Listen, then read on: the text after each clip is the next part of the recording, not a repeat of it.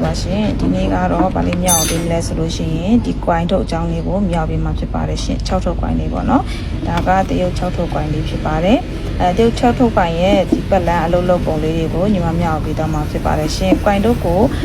coin တို့ရဲ့အခြေခံလေးကိုသိချင်နေဆိုလို့ရှိရင် coin ရဲ့တိုင်အုပ်ရဲ့ fuse ရဲ့တော့ပတ်လန်းရဲ့ဆိုပြီးတော့မှအခြေခံလေးရှိတယ်ပေါ့နော်အဲ့ဒါလေးမှတ်ထားပြရမှာဖြစ်ပါတယ်အဲ့ဒါပြတော့လို့ရှိရင်ညီမတို့က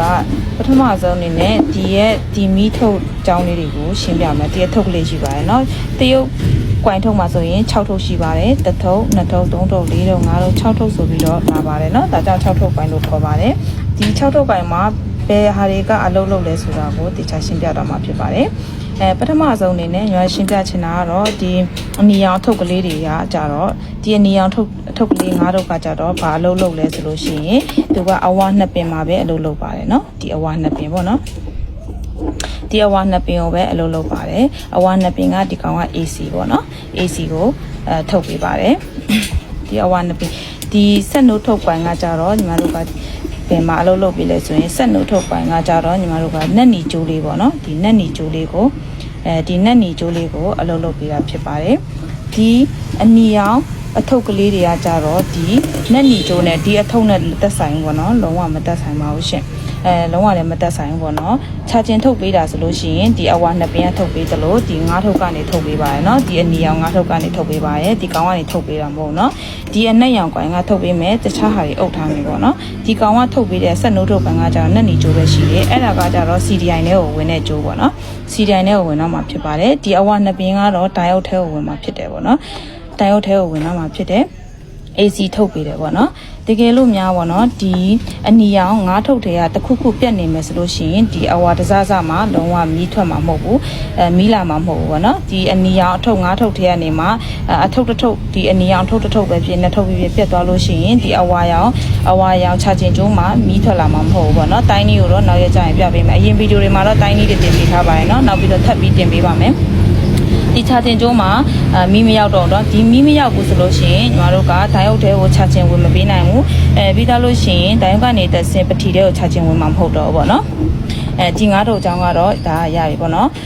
်ဒီပြီးတော့ဖြတ်ကွိုင်လို့ခေါ်တယ်ပါစာလို့ခေါ်တယ်ပေါ့နော်ဖြတ်ကွိုင်လို့လည်းခေါ်တယ်ပါစာလို့ခေါ်တဲ့ကျိုးလေးကကြတော့ဖြူပြကျိုးလေးပေါ့နော်ဖြူပြကျိုးလေးကကြတော့ဖြူပြကျိုးလေးကကြတော့ညီမတို့ကဒီကောင်အားနေသွားလို့ရှိရင်လည်းဒါညီမတို့ကစတက်တွေပါဝေးတယ်ပေါ့နော်စတက်တွေဝေးတယ်ဒီကောင်ကဖြတ်ကွိုင်ကျိုးလို့ခေါ်စတက်တွေပါဝေးတယ်ပေါ့နော်ဒီကောင်ကတော့ဖြူပြကျိုးပါဖြတ်ကွိုင်လို့ခေါ်တယ်ပါစာလို့ခေါ်တယ်ပေါ့နော်ဒီအနီရောင်ငါးထုတ်ကခြာကျင်ထုတ်ပေးတယ်တစားစားဒီအထုပ်တစ်ထုပ်ကပြတ်သွားပြီဆိုတာ ਨੇ အဝါနှစ်ပင်မှာမီးမရောက်တော့ဘူးတစားစားမှာမီးမရောက်တော့ဘူးပေါ့နော်အဲ့ဒါဆိုလို့ရှိရင်မီးမရောက်ဘူးဆိုရင်ပတိအားဝင်မှာလည်းမဟုတ်ဘူးနော်ဒါကြောင့်မီးထုတ်တွေပါလဲရတာဖြစ်ပါတယ်ပတိအားဝင်အောင်မီးထုတ်တွေပြန်လဲရတာဖြစ်တယ်ပေါ့နော်ဒီဆက်နိုးထုတ်ပိုင်းကကြတော့နက်နီကျိုးအပင်ဖြစ်တယ်ပေါ့နော်ဒီနက်နီကျိုးလေးဖြစ်တယ်နက်နီကျိုးကကြတော့စီတိုင်ထဲကိုတောက်ဝင်တယ်တကယ်လို့ဒီဆက်နိုးထုတ်ပိုင်းကပြတ်သွားပြီးအနီရောင်ကျိုးမှာမီးလုံးဝမထွက်တော့ဘူးပေါ့နော်ဖရိမ်မှာထည့်ကြည့်လိုက်လို့မီးလုံးဝမထွက်တော့ဘူးဒီအထုပ်ကလေးကမီးလုံးဝမထွက်တော့ဘူးဆိုလို့ရှိရင်ညီမတို့ကလေးငုပ်ချင်းပြီးတော့ဒီမီးထုတ်တစ်ထုပ်လုံးကိုချင်းဆရာမလို့ဒီနော်ဒီမီးထုတ်တစ်ထုပ်လုံးချင်းဆရာမလို့ဘူးဒီအထုပ်လေးပြတ်သွားလို့ရှိရင်လေးငုပ်ချင်းပြီးတော့မှသုံးလို့ရတာဖြစ်ပါတယ်လေးငုပ်ချင်းမယ်ဆိုရင်ဒီနက်နီကျိုးလေးကိုဖြတ်ပြီးတော့မှပေါ့နော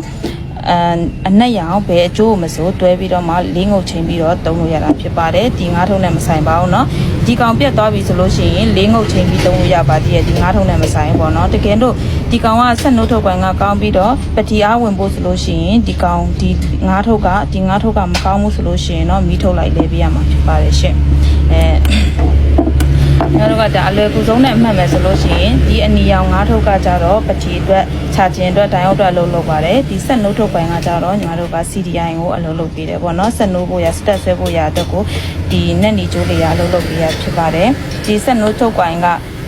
ကျွန်းသွားပြီလောင်သွားပြီဆိုလို့ရှိရင်တော့ဒီမီးထုတ်တစ်ခုလုံးကိုအစ်စ်လဲဆရာမလို့ပါဘူးเนาะဒီဆက်နိုးထုတ်ကွိုင်မကောင်းတဲ့အတွက်ကျိုးကိုဖြတ်ပြီးတော့မှလေးငုပ်ချိန်လို့ရပါတယ်တကယ်လို့ဒီဆက်နိုးထုတ်ကွိုင်ကကောင်းတယ်ဒီအနီရောင်ငါးထုတ်ကကြတော့မကောင်းဘူးဆိုလို့ရှိရင်တော့မီးထုတ်လဲမှပဲပတိရအဝင်မှာဖြစ်ပါတယ် တော့ဒီတိုင်အောင်လေးကြောင်းကိုပြန်လည်မျှဝေသွားမှာဖြစ်ပါတယ်ရှင်လက်တွေ့ဆံပေးထားတာကတော့အရင်ဗီဒီယိုတွေမှာရှိတယ်ပေါ့နော်ဒါပေမဲ့မသိတဲ့ညီကောင်မောင်နှမတွေပြန်ပေးထားတာရှိလို့ပေါ့နော်တိုင်အောင်အကြောင်းလေးရှင်းပြပေးပါအောင်ဆိုလို့ဒါပြန်လည်ရှင်းပြခြင်းဖြစ်ပါတယ်ရှင်တိုင်အောင်မှာဆိုလို့ရှိရင်ညီမတို့ကငုတ်လေးရှိရပေါ့နော်ဒီငုတ်လေးရှိပါတယ်ဒီငုတ်လေးအကြောင်းကလေးငုတ်ကဘာလို့လှုပ်သွားလဲဆိုတော့ညီမမြောက်ပေးတော့မှာဖြစ်ပါတယ်ညီမတို့ကြည့်ရမယ်ဆိုလို့ရှိရင်ဒီလိုနေရာကြက်မလားဆော့ကဒီလိုမျိုးလေးစွတ်မှာပေါ့နော်ဒီမှာပေါက်ကလေးပါတယ်အဲ့လိုလေးထားပြီးမှကြည့်ရမယ်နော်ငုတ်ကိုကကြတော့ညီမတို့ကတစ်ငုတ်နှစ်ငုတ်သုံးငုတ်လေးငုတ်ဆိုပြီးတော့ပါပါတယ်နော်တိုင်အောင်မှာဆိုလို့ရှိရင်ညီမတို့ကဒီနှစ်ငုတ်ကကြတော့ဒီတောင်းဖြတ်နှစ်ငုတ်ပေါ့နော်ဒီတောင်းဖြတ်နှစ်ငုတ်ကကြတော့ဘာကျိုးတွေဝင်လဲမီးထုတ်ကနေဘာကျိုးတွေဝင်လဲဆိုလို့ရှိရင်အဝနှစ်ပင်ဝင်တယ်နော်ဒီတောင်းနှစ်ခုကဒီတောင်းရင်ကကြတော့အဝနှစ်ပင်ကျိုးစားနှစ်စားဝင်တယ်မိထုတ်ကနေဝင်ပေးတဲ့ခြာကျင်ကျိုးနှစ်ကျိုးကိုတောင်းဖြတ်ဝင်တယ်ပေါ့နော်တောင်းဖြတ်ဝင်တာဖြစ်တယ်နောက်တစ်ခုကကြတော့ဒီအောက်ဆုံးငုတ်ကကြတော့ဘာဝင်လဲဆိုလို့ရှိရင်ညီမတို့ကရောင်းကျိုးပေါ့နော်ကရောင်းကျိုးအနှုတ်ကျိုးဝင်တာဖြစ်ပါတယ်အနှုတ်ကျိုးဝင်တယ်ပေါ့နော်အနှုတ်ကျိုးဝင်တယ်ဒီငုတ်ပထမဆုံးငုတ်ကကြတော့အပေါ်ဆုံးငုတ်ကကြတော့ဘာဝင်လဲဆိုလို့ရှိရင်ဒီငုတ်ကလေးကဘာဝင်လဲဆိုလို့ရှိရင်ညီမတို့ကအပေါင်းကျိုးထွက်ပေးတာအပေါင်းကျိုးပေါ့နော် DC ထွက်ပေးတာဖြစ်ပါတယ်ဒီအဝါနှစ်ငုတ်ကဝင်ထားတာကဒီတိုင်းဆက်မနိုးဆိုရင် AC အနေထားမှာပဲရှိတယ်ပေါ့နော် AC အနေထားမှာပဲရှိတယ်ဒီတောင်းကကြတော့ charging နဲ့ကျိုးက AC ထုတ်ပေးတယ် AC ထုတ်ပေးဆက်မနိုးဆိုရင်ဆက်နိုးပြီးသွားလို့ရှိရင်ညီမတို့က DC အဖြစ်အပေါင်းကျိုးအနီကျိုးကိုထုတ်ပေးတာဖြစ်ပါတယ်နော်ဒီကောင်ကကရောင်ကျိုးဖြစ်မယ်ဒီကောင်လေးကကရောင်ကျိုးပါနော်ဒါလေးကကရောင်ကျိုးဖြစ်မယ်ဒီအပေါ်ငုတ်နဲ့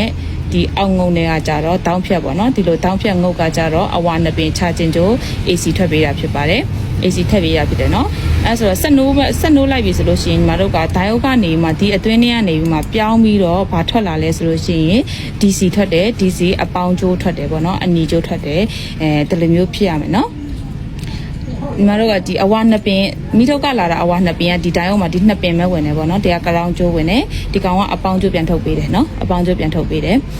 အဲ့ခါကျတော့ညီမတို့ကပတီတွေဖောင်းခြင်းမဖောင်းခြင်းကဒိုင်အုံနဲ့ဆိုင်နေเนาะဒိုင်အုံမှာ short ဖြစ်နေလို့ရှိရင်တချို့ဒိုင်အုံတွေမှာ error ပါတယ်အတစ်ကြီးတိုင်းကို error ပါတယ်ရှိတယ်ပတီဖောင်းခြင်းမဖောင်းခြင်းကဒိုင်အုံနဲ့ဆိုင်နေဒိုင်အုံကမီးထွက်အရန်များနေရဆိုလို့ရှိရင်ပတီတွေဖောင်းလာနိုင်ပါတယ်ပုံမှန်အားဖြင့်ပတီအားဝင်တယ်မဝင်ဘူးဆိုတာကကြတော့ညီမတို့ကပတီအားဝင်ပြီဆိုရင်ဒိုင်အုံကအနှဲငယ်သူ့နေရာသူ့အနေထားနဲ့သူပူတယ်เนาะအားဝင်ပြီဆိုမှပူတော့เนาะအားလုံးကမဝင်ဘူးဆိုလို့ရှိရင်ဒိုင်အုံကလုံးဝမပူလာပါဘူးเนาะဒါပေမဲ့ပုံမှန်ပူနေတာထက်မတရားဟိုမှာเนาะအစမတန်ပူနေတယ်ဆိုလို့ရှိရင်เนาะညီမတို့ကမီးထုံးနဲ့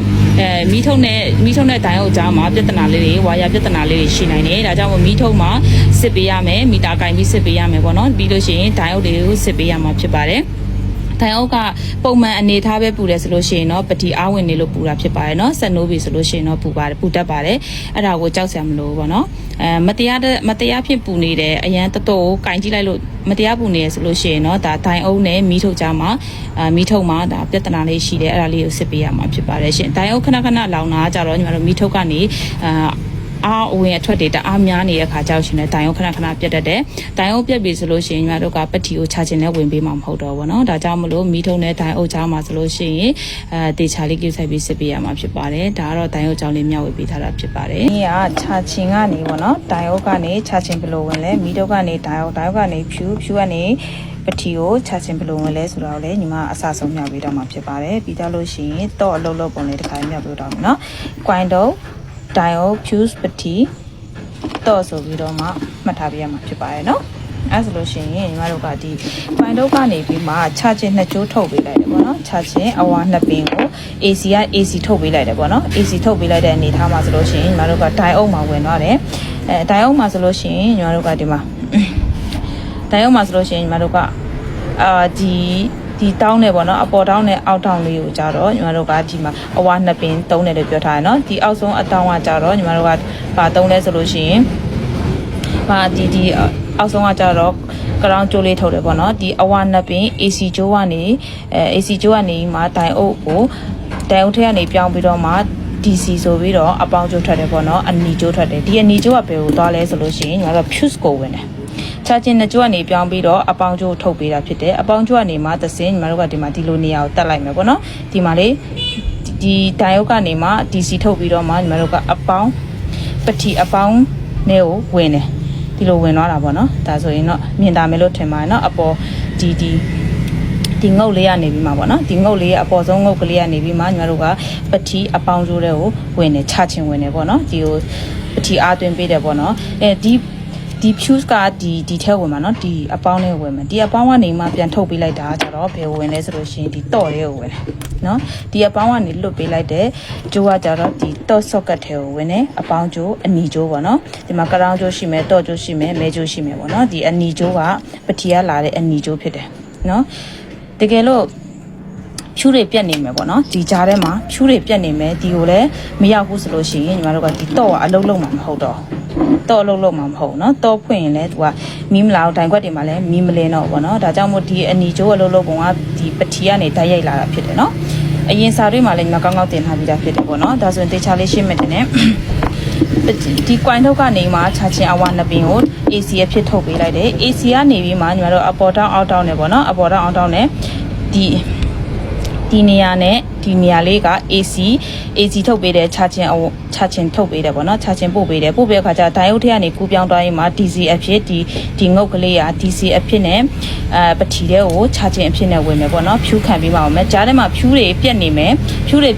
က်တွယ်ချက်မရှိဘူးဆိုလို့ရှိရင်တော့ဒီပတိတဲ့ကိုအားဝင်မှာမဟုတ်ပေါ့နော်အားဝင်မှာမဟုတ်ဘူးဒီလိုမျိုးလာတယ်ပေါ့နော်ဒိုင်ယုတ်ကနေမှဒီလိုပတိဝင်တယ်ပတိကနေမှတစင်းဒီကနေထုတ်လိုက်တဲ့အနီကျိုးတစ်ကျိုးလုံးကဘယ်ကိုတိုက်ရိုက်ဝင်မလဲဆိုလို့ရှိရင်တော့ socket ထဲကိုမတော့ကျိုးဝင်မယ်နော်တော့အနီကျိုးဝင်တကယ်လို့ဖြူပြက်နေတယ်